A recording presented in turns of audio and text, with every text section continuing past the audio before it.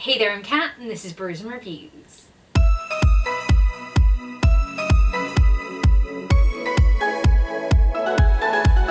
Welcome back to the fourth 10 in 2023, which is a video series where I wrap up the last 10 books that I read in 2023. In today's video, I read 3 audiobooks, 3 physical books, and 4 ebooks. So let's get straight into this. Unfortunately, we're starting this video with my first DNF of the year.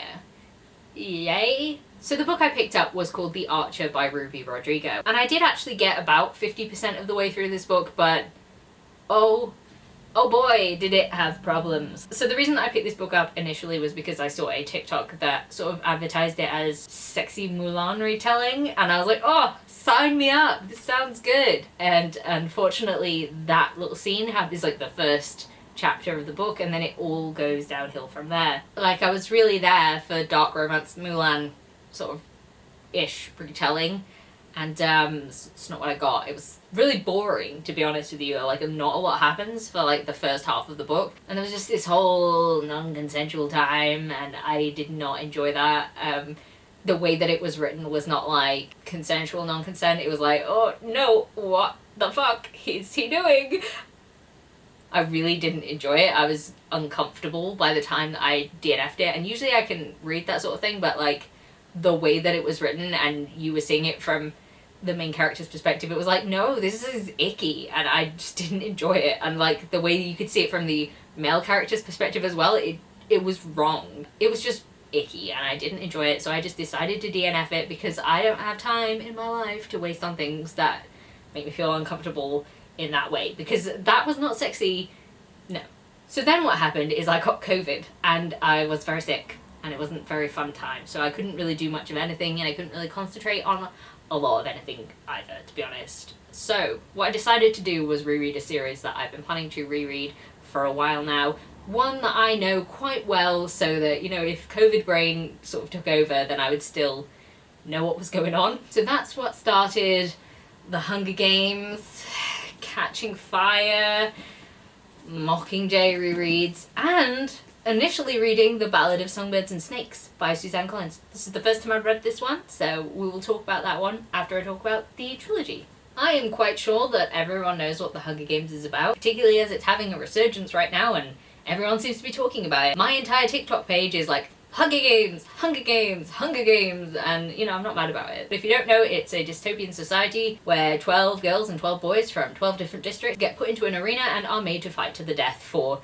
the entertainment of the capital. And that is the loosest premise. There is a lot more going on, and yeah, Hunger Games, great. Still stands up, very much enjoyed it. I think that Catching Fire might be my favourite book. I do love The Hunger Games. I am a fan of Mockingjay, and I appreciate it more now as an adult than I did when I first read it, but I did appreciate it at the time anyway. There is no redeeming for Gale. I just hate him so much. Like, every time he opens his mouth in any of these books, I'm like, wow, shut the fuck up, please. So anyway, I gave Hunger Games 5 out of 5 stars, I gave Catching Fire 5 out of 5 stars, and I gave Mockingjay 4.5 out of 5 stars, because it's just not quite as good as the other two. Now, moving on to The Ballad of Songbirds and Snakes, because this is actually quite an interesting one, and I feel like when this book came out, a lot of people panned it, a lot of people decided not to read it because it is about President Snow, and it is from his perspective. So this book takes place during the 10th Hunger Games, and it has President Snow as a teenager who is acting as a mentor in the 10th Hunger Games. He's the mentor for the District 12 Girl Tribute, and wow, Snow has always been the worst. If you thought that this book was going to be like redemption for Snow, or like giving him like more facets to his character that are like trying to make you think more positively about him, it's not that. There is no positive to this man. He is, wow, just really awful. And seeing it from his head and seeing how he justifies the things that he does is so interesting, as well as like the general games and how people from the districts are treated. It's so very different from what we see in the original trilogy, because that's like been built up for 70 years. At this point in time, it's very, very basic. They're trying to figure out ways to keep people interested in the games because people don't care. People are like, well, this is kind of boring now, we've done this for 10 years, it's the same thing over and over again, there's no like bells and whistles on it, and the way that people react to the people from the districts is just very different. And I've got to say, I really, really wasn't expecting the third act of this book, because that goes in a place where I was really just had no idea that it was going to go, and I was really interested. There's some very nice stuff, especially if you've just decided to reread The Hunger Games and you've never picked this up before. I think there's just some really good parallels and references, and I really enjoyed it, actually. I'm really surprised by how much I enjoyed it, and the more that I sit and ruminate on it, the more that I enjoy it. So I ended up giving this one 4 out of 5 stars, and I actually recommend you read it, which is surprising. Next up, I picked up The Very Secret Society of Irregular Witches by Sangu Mandana. This is a found family book, and it's just really adorable. I can't recommend this one enough for cute found family vibes. It's an urban fantasy book where witches exist, but they can't sort of stay together because they attract too much magic and bad things can happen. So a lot of witches are solitary people. The main character is a witch, and she ends up being contacted by someone saying, "Oh, I've got a job for you. It's a teaching position, please come." And she turns up at this house, and there are 3 young witches all living together with nobody to teach them what to do, and it's kind of a very dangerous situation because they're not in control of the magic gathering around them. Also, I should mention that all witches are orphaned from a very young age because of like this weird magic thing.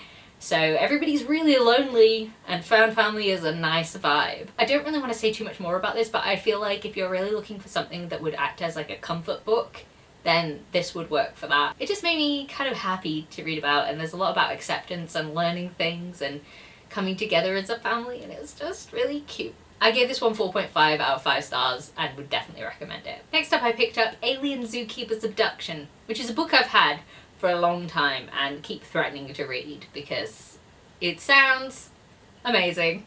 And I just finally picked it up. This is by Zara Zenia and Juno Wells, which is super awesome because it helps me get a Z name on my A to Z challenge. Woo. And this book is about a woman who gets abducted by an alien zoo ship that's out on some sort of mission, and it ends up being like first contact for these 2 species. And it is a smart book, so I was expecting quite a lot of smart and for it to be kind of normal, but there was a lot playing with building blocks but not enough playing with alien cocks, and I feel like that was a mistake. There should have been way more, you know, romance than trying to test the intelligence of a sentient life form that you have just met, because it was very much like, oh, let's do this challenge, like, are you a trained dog sort of thing. It was I don't know if you could just hear that thunder and rain.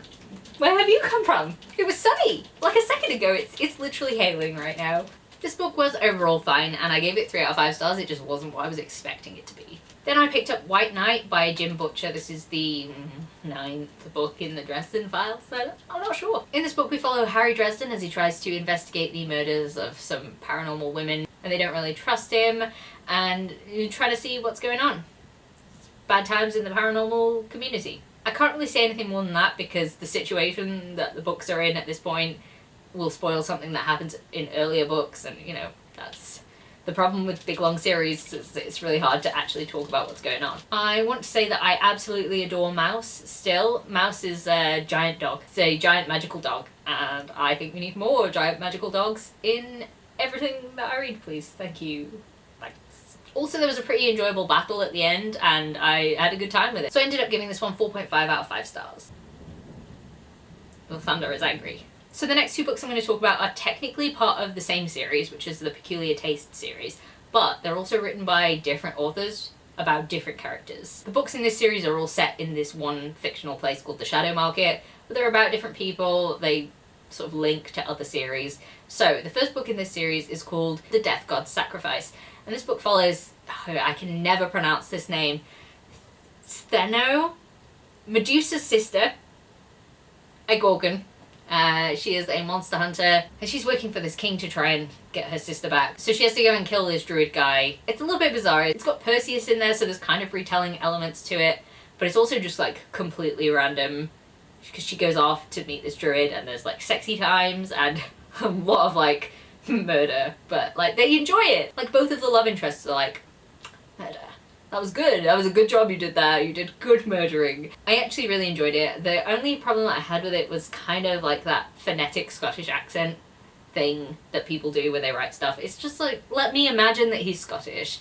Don't like write the words out, because it's just not enjoyable to read So I could do without, you know, the lassies and stuff like that. It's just not necessary. But yeah, overall pretty fun. There was definitely a whole unalive everyone and then bang afterwards scene, which was quite fun. I ended up giving this one 3 out of 5 stars because there were, you know, bits that I just didn't love quite as much. I just didn't really get into the story, but overall, looking back on it, I enjoyed it. And then lastly, we have The Demon's Bargain, which is by Katie Robert, and it's technically book 2 in this series and book 3 or 4, not really sure, in the series with The Dragon's Bride and Kraken Sacrifice that I read in my last wrap up. If you want to know what I thought about that, go check that out. Now, I was so excited to read this one, and this is definitely why I picked up this Peculiar Taste series, because this book is about Romanu, and I absolutely love them.